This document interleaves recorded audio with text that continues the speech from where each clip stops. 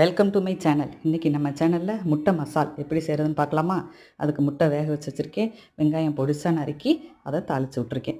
வெங்காயம் நல்லா வதங்கினதுக்கப்புறம் அது கூட குட்டி குட்டியாக நறுக்கின தக்காளி சேர்த்துக்கோங்க. தக்காளி சேர்த்து நல்லா வதங்கினதுக்கப்புறம் அது கூட பொடிசாக நறுக்கின பச்சை மிளகா சேர்த்துக்கோங்க. பச்சை மிளகா சேர்த்து 3 நல்லா வதங்கினதுக்கப்புறம் கருவேப்பிலை சேர்த்துக்கோங்க. கருவேப்பிலையும் போட்டு நல்லா கிளறி விட்டுட்டு அது கூட காரத்துக்கு தகுந்தாப்பில் மிளகாப்பொடி சேர்த்துக்கோங்க. நான் ஒரு 1½ ஸ்பூன் மிளகாப்பொடி சேர்த்துருக்கேன். நீங்கள் உங்களுக்கு எவ்வளோ காரத்துக்கு வேணுமோ அந்த அளவு போட்டுக்கோங்க. அதுக்கப்புறம் மல்லிப்பொடி 1½ ஸ்பூன் போட்டிருக்கேன்.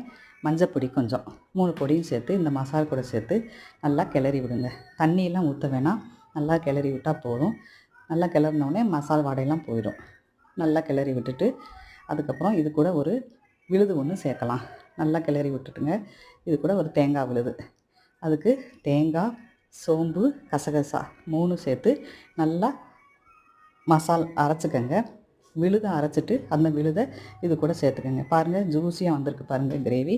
இது கூட நம்ம இந்த தேங்காய் விழுதை சேர்த்துக்கலாம்.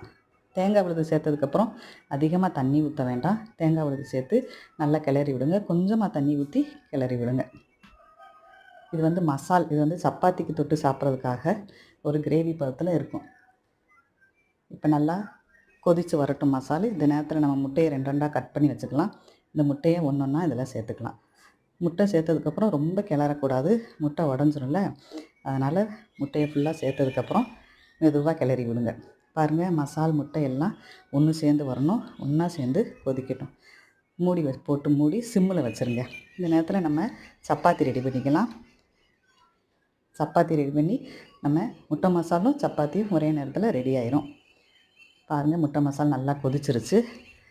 எல்லாம் ஒன்று சேர்ந்து மசால் முட்டை எல்லாம் நல்லா ஒன்று சேர்ந்து கொதிக்குது பாருங்கள். இந்த நேரத்தில் மெதுவாக கிளறி விடுங்க. ரொம்ப கிளறக்கூடாது, முட்டை உடஞ்சிரும். மெதுவாக கிளறி விட்டுட்டு சப்பாத்திக்கு ரெடி ஆகுது. சப்பாத்தி ரெடி ஆகினதுக்கப்புறம் நம்ம பரிமாறிடலாம். மேலாக கொஞ்சம் மல்லித்தலை தூவி சப்பாத்தி கூட சர்வ் பண்ணிடலாம்.